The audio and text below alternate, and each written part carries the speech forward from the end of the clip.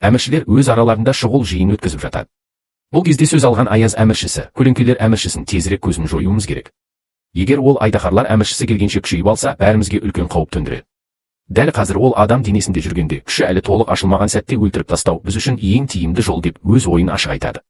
Бірақ басқа әміршілер бұған бірден келісе қоймайды, тіпті кейбірі жиынды тастап шығып кетеді. Тек азулалар әміршісі, Ракан мен жәндіктер әміршісі Куареша ғана оны қолдайды. Дәл осы сәтте Кореяда парламент пен аңшылар серіктестігінің арасында үлкен жиын өтіп жатыр еді. Экс-президент қайтыс болғаннан кейін оның орнына жаңа басшы сайлау керек болады. Төрағаның көмекшісіне осы орынға сен отырасың дегенде, ол бірден бас тартады. Бірақ биліктегілер, Сон Джин Ву секілді мықты аңшыны өз жағына тарта алатын сенен басқа ешкім жоқ, сондықтан сенің болғаның дұрыс.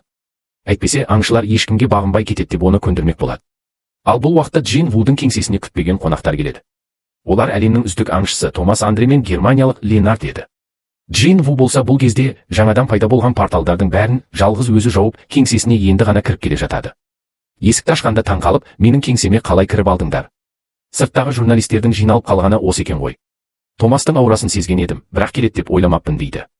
Томас болса жымиып, сәлем, Джин Ву. Мен саған уәде бергенмін ғой, қолым жазылған соң кофе ішеміз деп. Міне сол уәдемді орындауға және саған арналған ерекше сыйлығымды тапсыруға келдім дейді.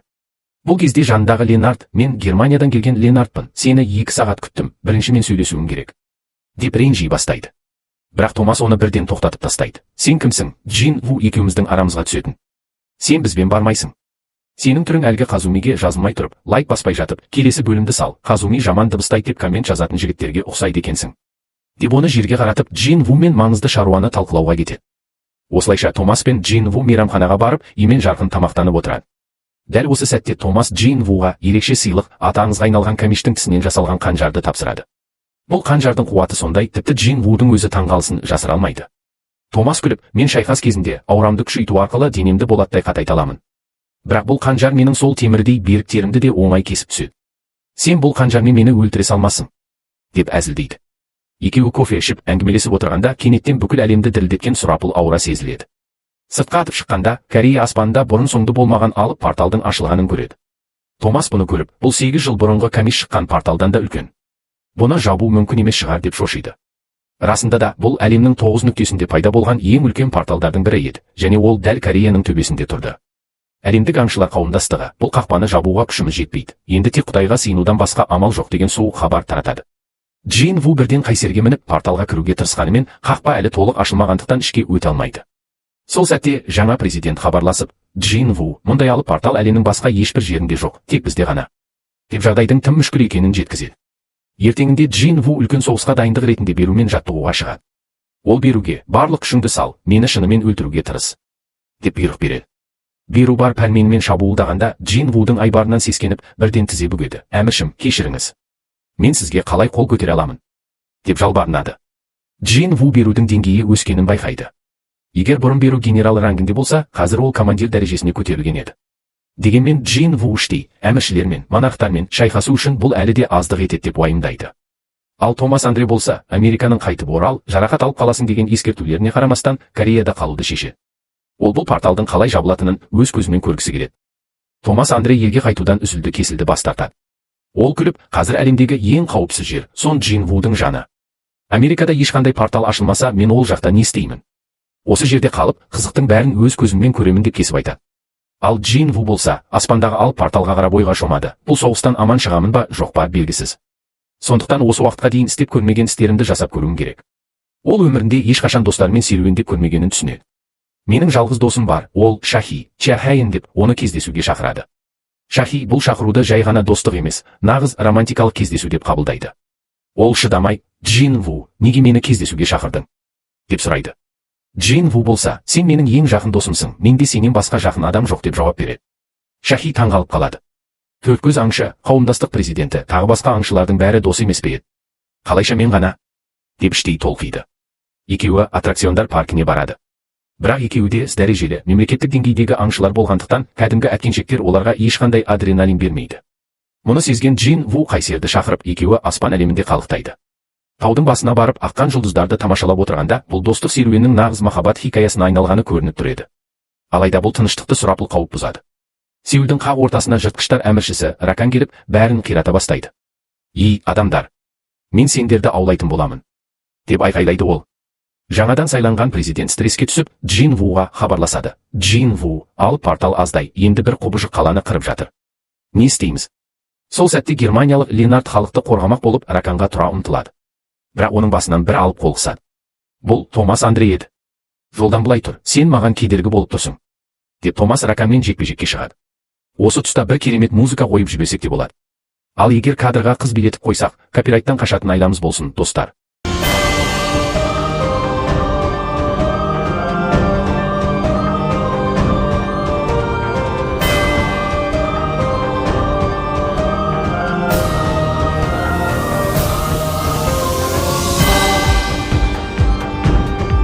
Бұл жерге Кореяның мықты аңшысы Бек Юн Хо да өз тобымен келеді. Аңшылар Томастың күшін көріп, Томас, сен жеңесің, деп айқайлап қолдау көрсетеді. Бірақ Томас ашуланып, ақымақтар, тез қашыңдар. Қазір бәрің о дүниеге аттанасыңдар, деп ақырады. Бек Юн Хо өзінің жолбарыс кейпіне еңбекші болғанда, Ракан оның қасынан жай ғана өтіп кетеді. Раканның сұрапыл аурасы сондай, Бек Юн Хо орнынан қозғала алмай қалады. Ол бұл шайқастың өзі үшін тым жоғары деңгейде екенін түсінеді. Томас Раканмен алысып жатып, іштей сескене бастайды. Бұл сезім дәл Джин Вумен шайқасқандағыдай қауіпті сезініп тұрмын. Ал Ракан болса әлі толық күшін қолданғанда жоқ еді. Ол күшін сәл ғана арттырып, құбыжық кейпіне ене бастайды да, кішкентай сәуле шығарғышыңмен мені жарақаттаймын деп ойладың ба? Деп Томасқа кекесінмен қарайды. Ракан, мен қазір сені жұтып жеп қоямын, деп Томасты оңай жеңіп тынады.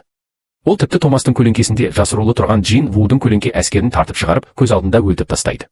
Бұл жерде қорқынышты бір шындық ашылады. Монархтар, әміршілер, өлтірген көлеңкелер қайта тірілмейді екен. Томас бұл сәтті пайдаланып, Раканның артына шығып, мойнын сындырмақ болады. Бірақ Раканның өз-өзін емдеу қабілеті мүлдем басқа деңгейде еді. Бұл туралы мен өткен видеоларымда толық айтқан болатынмын. Ракан еш қиналмастан мойнын қалпына келтіріп, Томасты жер қаптырады. Дәл осы сәтте Германия аңшысы Ленард Томасты құтқаруға ұмтылады. Томас оған, тез қаш, әйтпесе өлесің, деп айқайлайды. Бірақ Ленард, аңшылық менің жұмысым. Қашқын деген атпен өмір сүргенше, абыроймен өлгенім артық, деп намысқа басады. Бірақ Раканның сұрапыл аурасы оны орнынан қозғалтпай тастайды. Ракан оны жеп қоймақ болғанда, аспаннан қайсылатып шығып, Раканды тістеп алады. Артынша Джин Ву келіп, Раканды бір соққымен ұшырып жібереді. Ракан таңғалып, бұл адам қайдан келген? Мен бұдан көлеңкелер әміршісінің иісін сезіп тұрмын, деп сескенеді. Сол сәтте шайқасқа тағы екі әмірші қосылады. Аяз әміршісі мен жәндіктер әміршісі, індеттер әміршісі, Куареша мазақтап, шеркен, мен сені бүгін жеп қоятын шығармын. Басқа әміршілердің дәмі қандай болатынын көргім келіп жүреді дейді. Осылайша Джин Ву мен үш монархтың арасындағы жойқын соғыс басталады. Джин Ву барлық көлеңке әскерін шақырады, бірақ Аяз әміршісі жалғыз соққымен олардың бәрін мұзға айналдырып тастайды. Қатып қалған Берудің алдына келген Куареша, бұл құмырсқа менің балам ғой, оны қатырмай-ақ қойсаң болар еді дейді. Сөйтсек Беруді бастапқыда жасап шығарған осы жәндіктер әміршісі екен. Ол Беруге қарап, анасының сөзін тыңдамаған бала жазалануы керек, деп соққы жасайды. Бірақ Беру оның соққысынан жалт беріп, Джин Вудың алдына келіп тізе бүгеді. Әміршім, сіз мынадай алып үш күштің алдында тұрсаңыз да бірде-бір жарақат алмағансыз. Мен тек сізге ғана бағынамын, дейді. Джин Ву үш әміршінің әскерімен жалғыз шайқасады. Бірақ оның күші әлі толық оянбағандықтан, үш бірдей монархқа қарсы тұру өте қиын болады. Бір сәтте Джин Ву қатты жарақат алып жерге құлайды. Аяз әміршісі оған өлім соққысын жасамақ болғанда, Джин Ву Томастың сыйға тартқан қанжарын лақтырып жіберіп, мен өлсем де сені өзіммен бірге ала кетемін. Мен сенен президенттің кегін міндетті түрде қайтарамын, деп ақырады. Жүрегіне қанжар қадалса да, Аяз әміршісі еш қиналмастан тіл қатады. Ол Джин Вуға менсінбей қарап, ей пақыр пенде, сен мен сияқты әміршінің алдында оны өлтіремін деп айтуға қалай дәтің барды? Оңбаған, деп ақырады. Джин Ву таңғалады. Жүрегіне қанжар қадалса да өлмейді, тіпті еш қиналмай сөйлеп тұр. Мен бұларды қалай жеңбекпін, деп ойланып үлгергенше, артынан Ракан пайда болып, оның арқасын өткір тырнақтармен тіліп жібереді. Бұл кезде Беру індеттер әміршісімен, Куарешамен арпалысып жатыр еді. Куареше Беруді ұстап алып, мен сені жараттым, мен сенің анаңмын. Сен кезінде маған бағынушы едің, енді көлеңкелер әміршісіне сатылып, маған қарсы шыққаның ба, деп қаһарланады. Джин Вудың ауыр жарақат алғанын көрген Беру төзіп тұра алмай, мұз құрсауында жатқан басқа әскерлерге айқайлайды. Ей, жаман құлдар! Әміршіміз жарақаттанғанша не қарап тұрсыңдар? Тез шығыңдар! Берудің ақыруы сондай қатты болады. Тіпті Игрис пен танк бастаған элитті әскерлер Аяз әміршісінің мұзын талқандап, шайқасқа қосылады. Аяз әміршісі Джин Вудың жанына келіп, мұндай ауыр жарақатпен енді сен тірі қалмайсың деп мысқылдайды. Бірақ Джин Ву қасқая тұрып, сен осы кішкене жарақаттардан мені өледі деп ойлайсың ба? Дейді де, жүйенің күшін пайдаланып денесін толық емдеп алады. Осылайша Джин Ву мен оның ең мықты сарбаздары әміршілерге қарсы соңғы соғысқа кіріседі. Сыртта бұл шайқасты бақылап тұрған ес дәрежелі аңшылардың зәресі ұшады. Бұл біз араласатын деңгей емес. Егер Джин Ву болмаса, біз бұл жерден тірі шықпас едік деп, тіпті ең мықты мерген аңшының өзі суық терге малшынады. Шайқас қыза түскен сәтте, Джин Ву індеттер әміршісі Куаришаның көзін жояды. Мұны көрген Ракан құтырына түсіп, Беруді қолға түсіреді. Ол Беруді Джин Вудың көлеңкесінен мәңгілікке бөліп алып, өлтірмек болады. Беруді айырылып қалса, жеңіске еш үміт қалмайтынын түсінген Джин Ву жан ұшыра Раканға шабуыл жасап, сенімді сарбазын құтқарып қалады. Осыдан кейін Аяз әміршісі мен Джин Вудың арасында аяусыз жекпе-жек басталады. Екеуі де найзағайдай жылдам, екеуі де қатал. Шайқас тең дәрежеде өтіп жатқанда, кенеттен Джин Вудың артынан Ракан пайда болып, оның кеудесіне өткір тырнақтарын соғып алады. Джин Ву есеңгіреп қалған сәтте, Аяз әміршісі алдына келіп, маған берген қанжарыңды өзіңе қайтарайын деп, қанжарды Джин Вудың тура жүрегіне қадайды. Көлеңкелер әміршісі Сон Джин Ву жерге құлайды. Оның тынысы тоқтап, көзі мәңгілікке жұмылады. Достар, Сон Джин Ву шынымен өлді ме? Әлде бұл оның нағыз көлеңкелер әміршісі болып оянуының бастамасы ма? Егер келесі бөлімнің тезірек шыққанын қаласаңдар, дәл қазір видеоға лайк басып, пікірге кеңестеп жазып кетіңдер. 400 лайктан кейін жалғасын бірден саламын.